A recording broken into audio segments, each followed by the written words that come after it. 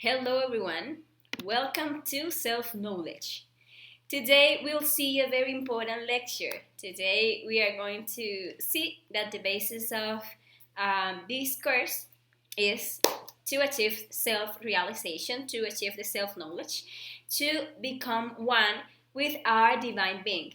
And this implies the creation of the different bodies that will allow our consciousness to have full manifestations in the different dimensions of nature, and therefore go all the way back to our Father, to our own being.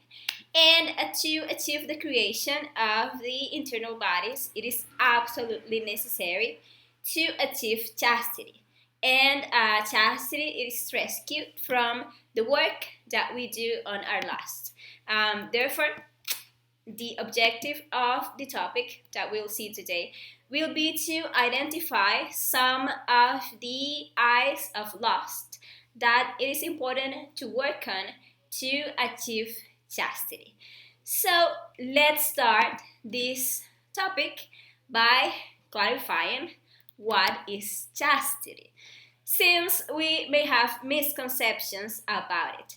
The misconceptions is often held that chastity is equal to celibacy, and nothing further from reality, since celibacy goes on the opposite direction. It moves away from sex in search of God, when chastity is discovering that what divinizes is latent in our sexual energy, and that our own divinity will develop through the wise use that we make of our sexual energy by developing purity in sexual practice with a partner. So chastity itself is the exact opposite of lust. Chastity is the non-lust of our sexual energy by any means and under any circumstance, because it will be born as we understand the value of our sexual energy and we eliminate all the details of lust that we carry within us and that lead us to constantly seeking to expel the sexual energy, and sometimes even lead us to lose it involuntarily, as in the case of nocturnal emissions. So, what we must be clear about is that if we really want to achieve chastity, we must begin a work of study, understanding, and elimination of our lust. Only in this way we will have the level of control of our sexual apparatus and the level of purity in our energy, so that the sacred fire of the Kundalini can be lit and can ascend through our spine in the practice of sexual transmutation with our partner. But it is good that we keep in mind that there are two types of fire. One is the fire of consciousness, or fire of Kundalini, which is the one that ascends victoriously through the spine when we achieve chastity. That is, when we no longer expel the sexual energy from our body, because we have already eliminated the fornicating self. And the other type of fire is the fire of the ego, which is the result of fornication. Every time we spill our sexual energy, that inverted fire develops, which is internally represented as that tail, also called as the conda buffer organ, which is that little tail that comes out of the coccyx in all those demons that we see represented in the different paintings and sculptures.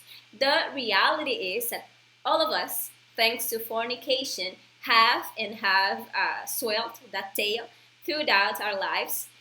In the astral world, we can see that tail. And it is with the development of chastity and the rise of the Kundalini that we will be able to put an end to that diabolical tail that we all have, since the word Kundalini precisely means end of the Kunda buffer. That is the meaning of the Kundalini.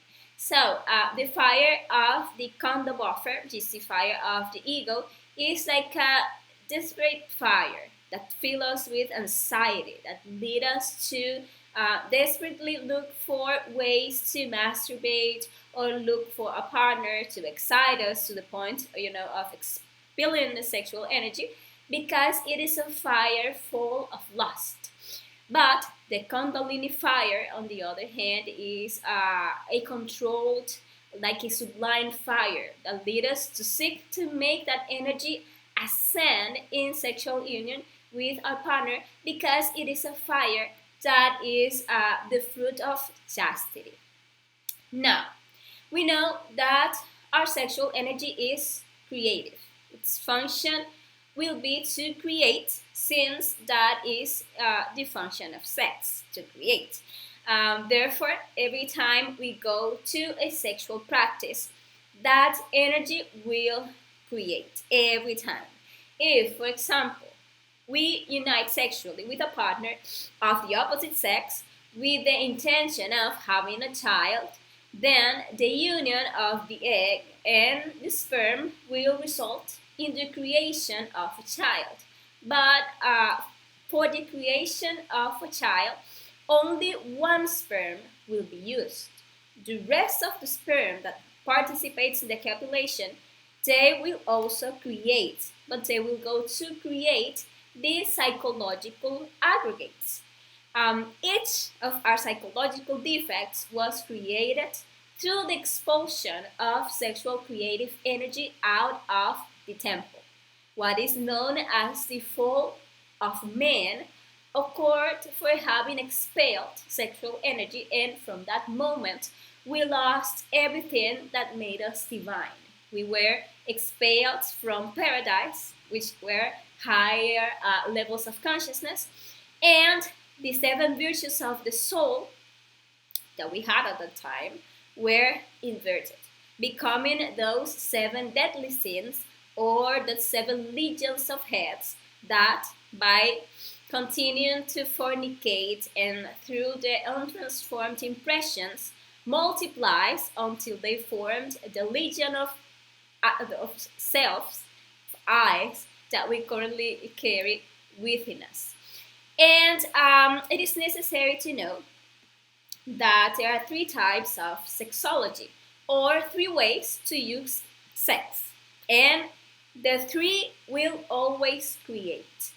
And the first one, and it is the one we teach and we encourage to practice, is the super sex or superior sex. This is sex for regeneration. Through this sex, we are going to recover our lost divine state.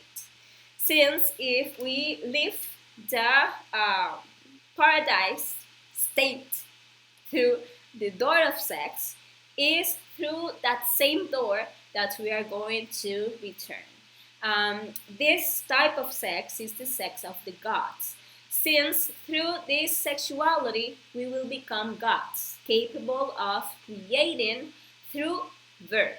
And thanks to the practice of supersex, the creation of the children of light, which are the existential bodies of the being, will take place within us. The second type of sexuality is normal sex. That is the sex for generation, since it serves to generate new organic physical life so that the species reproduce. The important thing is that we must understand that in normal sex, that is, when we want to go to sex in order to have a child, it is not necessary to expel the seminal fluid. It is not necessary to expel millions of sperm when only one is needed to or for the gestation to occur, but rather we make a request to our particular divine mother, so that during the practice of supersex, without the expelling of the sexual energy, she chooses the most suitable sperm and directed to the woman's sex so that the conception occurs. Um, it is this method that is really called as the immaculate conception, where fornication is not necessary for the process of creation of a physical child. And, well, the third type of sexuality is infrasex. This is sex for degeneration. This is the type of sexuality that the vast majority of humanity practices.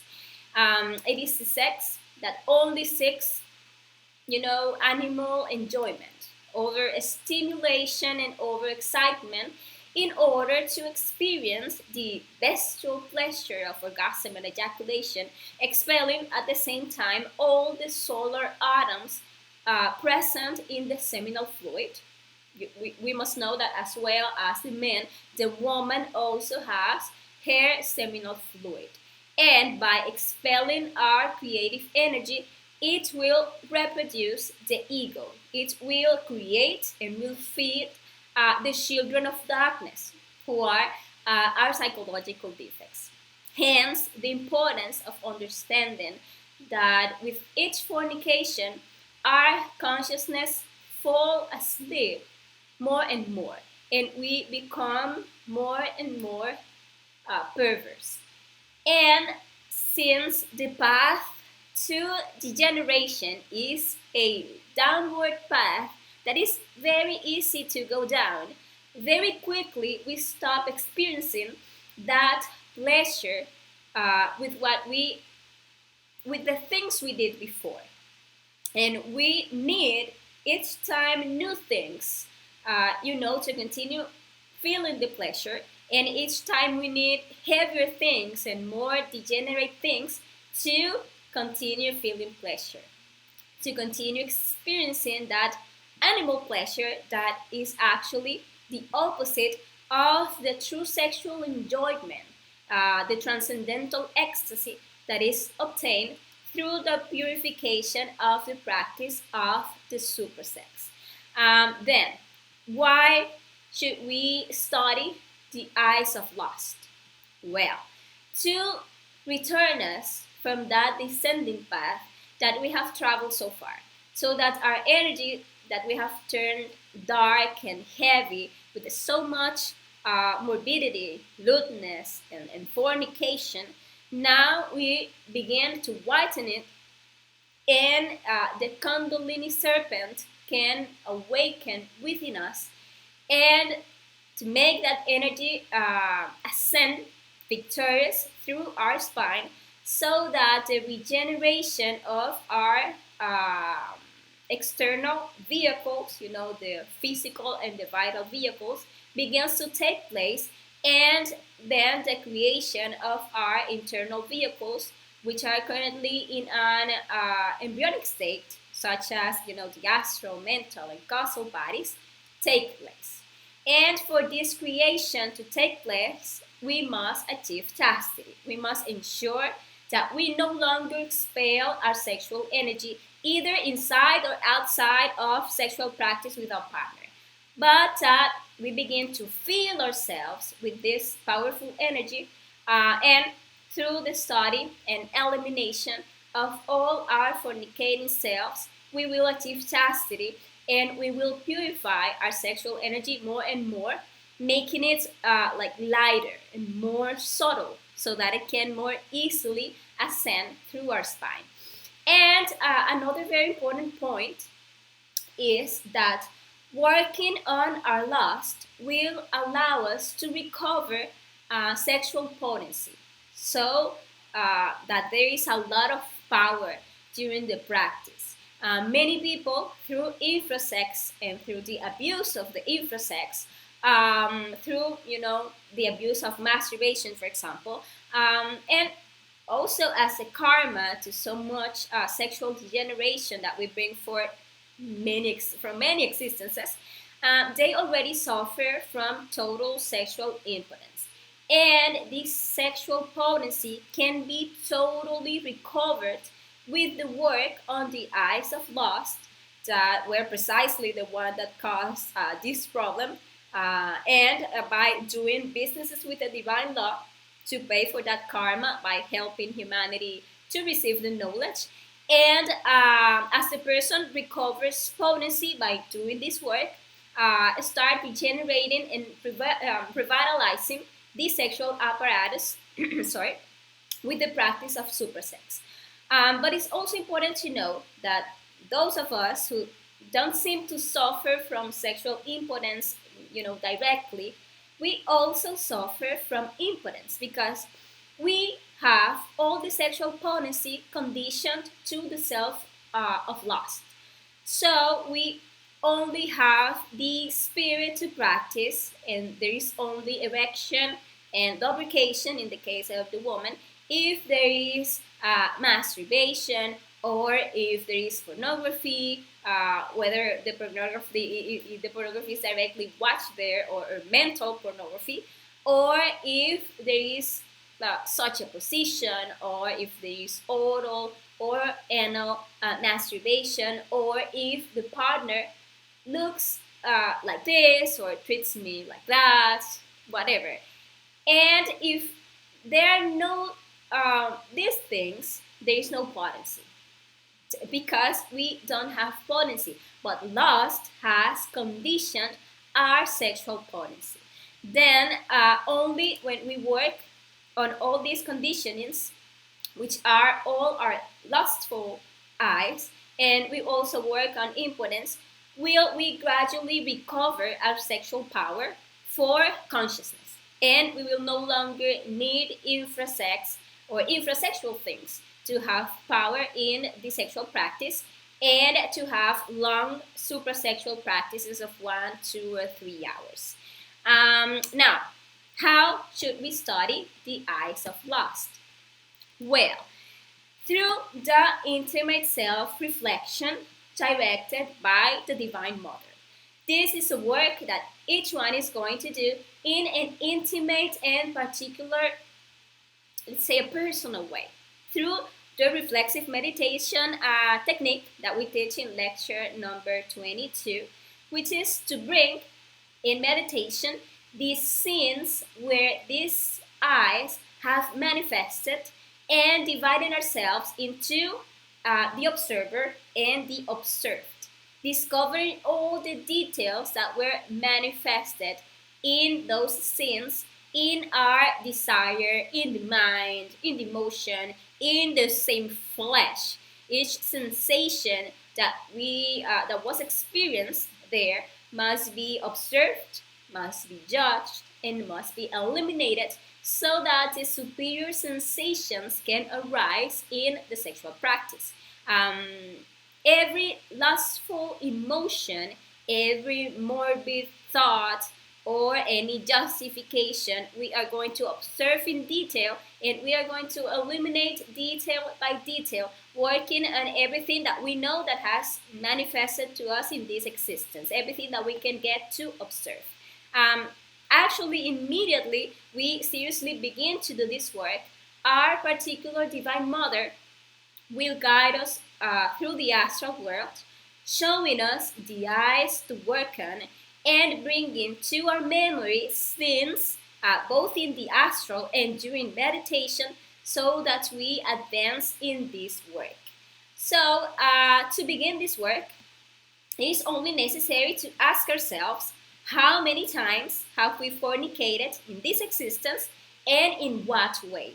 And immediately we will begin to discover the first eyes that were manifesting to us, and in the order in which we develop them, we will eliminate them.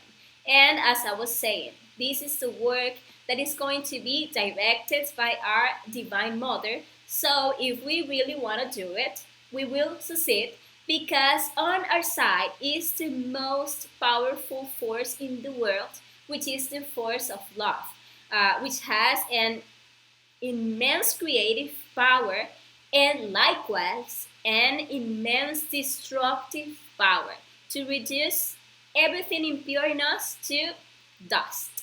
So we are going to quickly see a scheme where we will more or less see the mode of operation of lust. Seeing this scheme can help us even to see things that before we didn't know were lost. Because at this point of social degeneration in what we live, things of a terrible, perverse nature are already normal and accepted.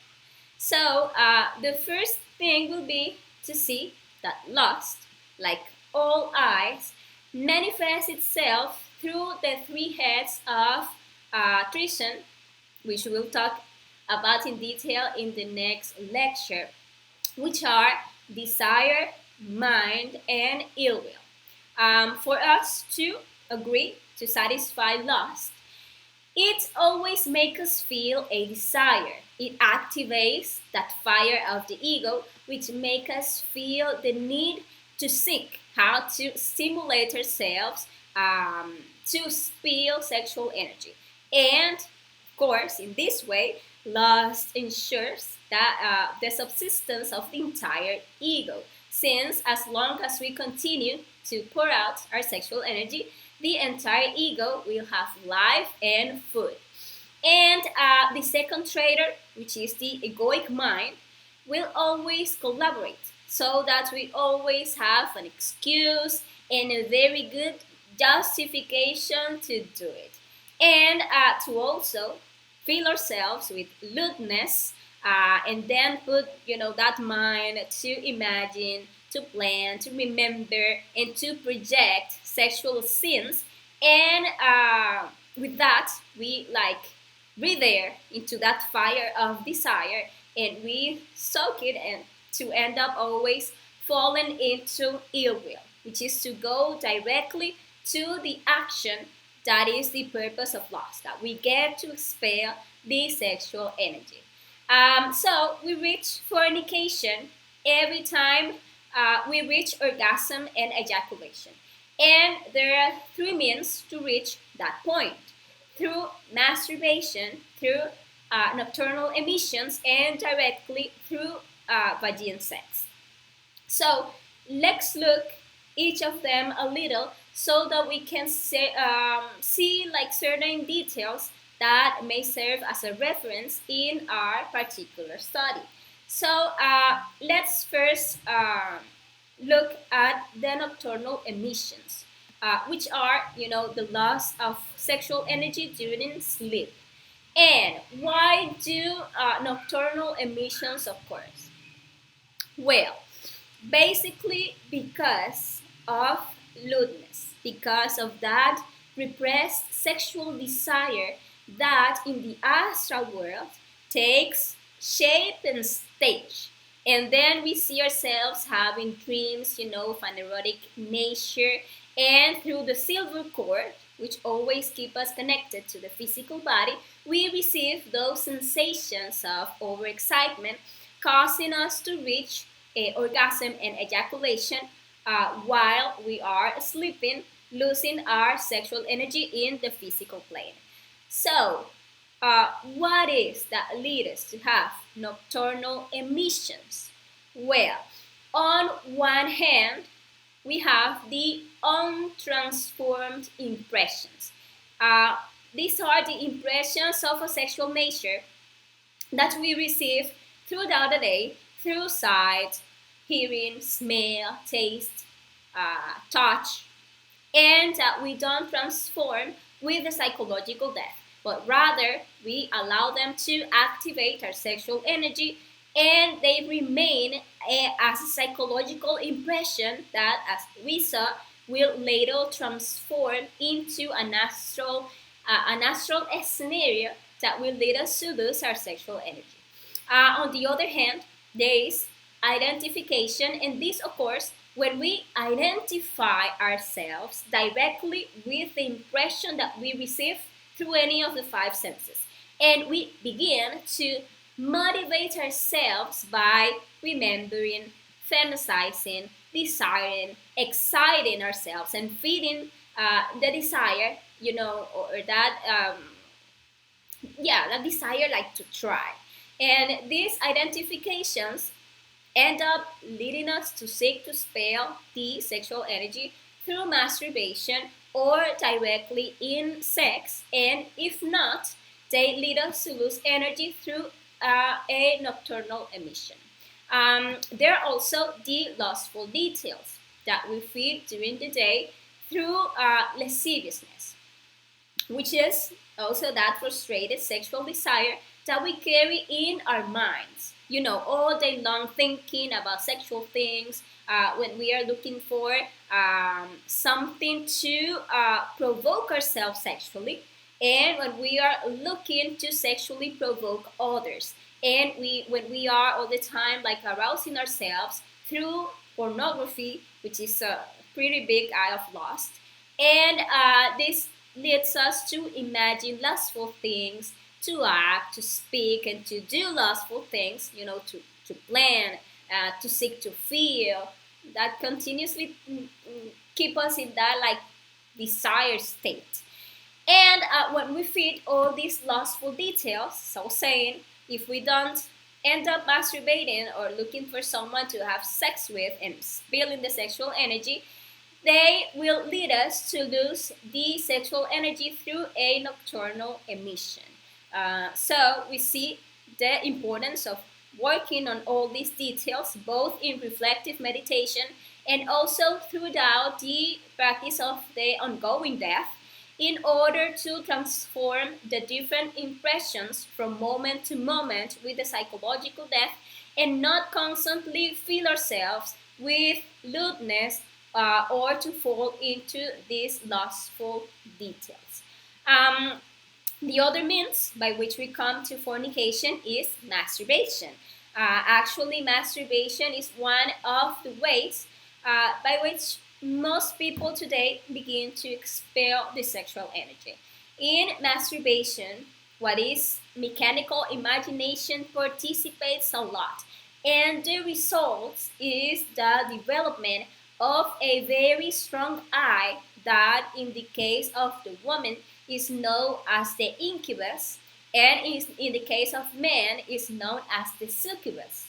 And these selves, throughout constant masturbation, can lead the person to celibacy, to not looking for a partner, or to feel that they don't need a partner. And on the other hand, they can lead to homosexuality. And these selves, if they are fed, these selves are fed both through the creative power of the imagination together with the creative capacity of the sexual energy, and they can get so big that sometimes they can even materialize like physically.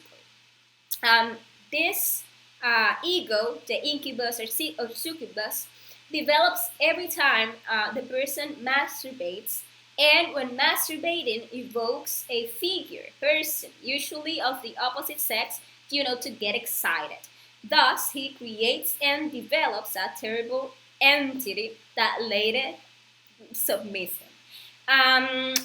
In relation to masturbation itself, and despite what doctors and sexologists and others say, it is a very pernicious and harmful practice.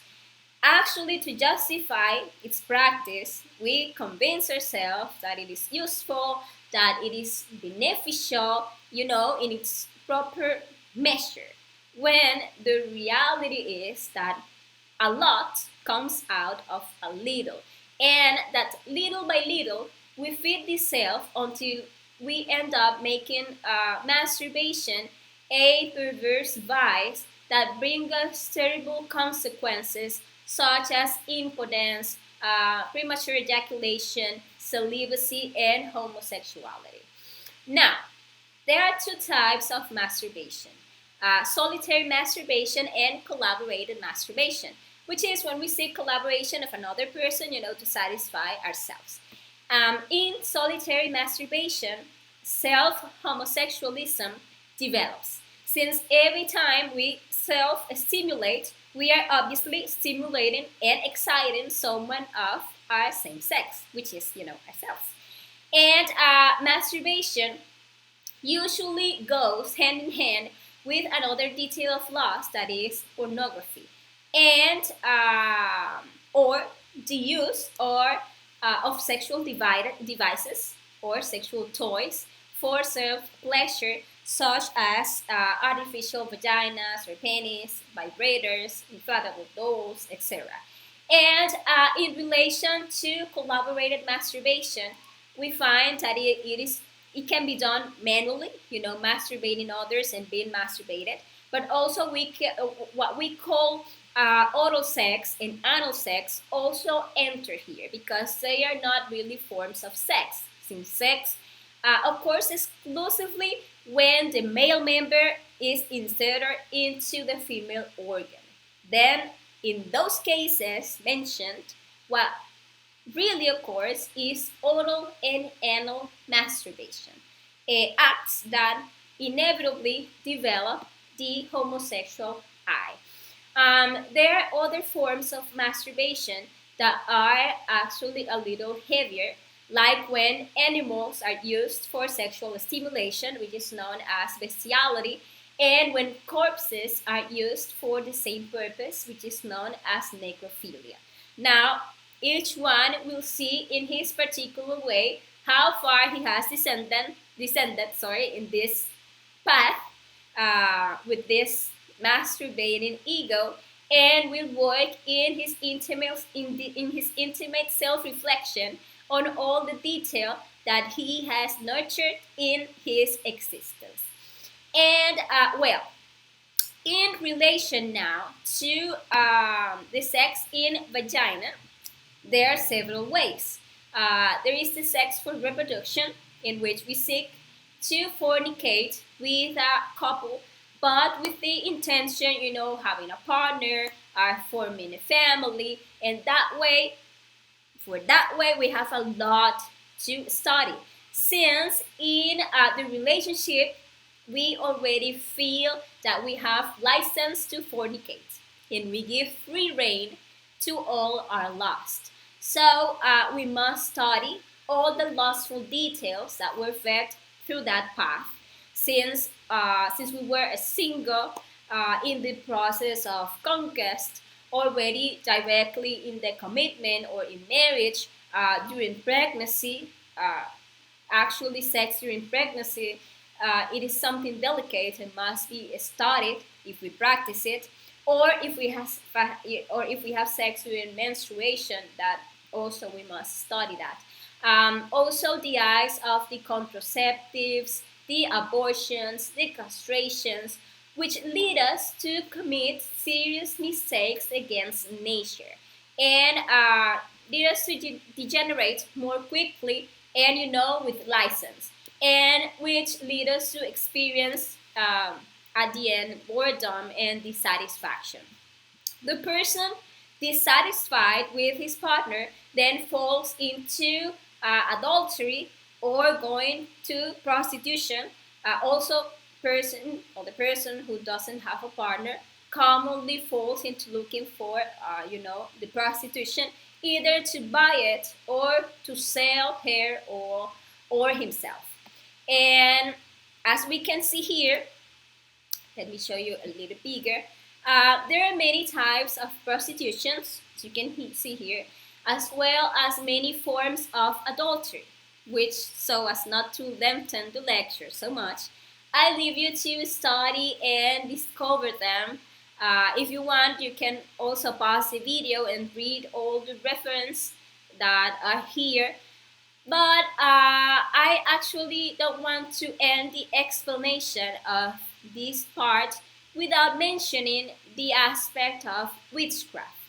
That that of course, when the power of sex is already known, and one already has sex or uses sex with dark intentions to manipulate, to subdue, to carry out some revenge.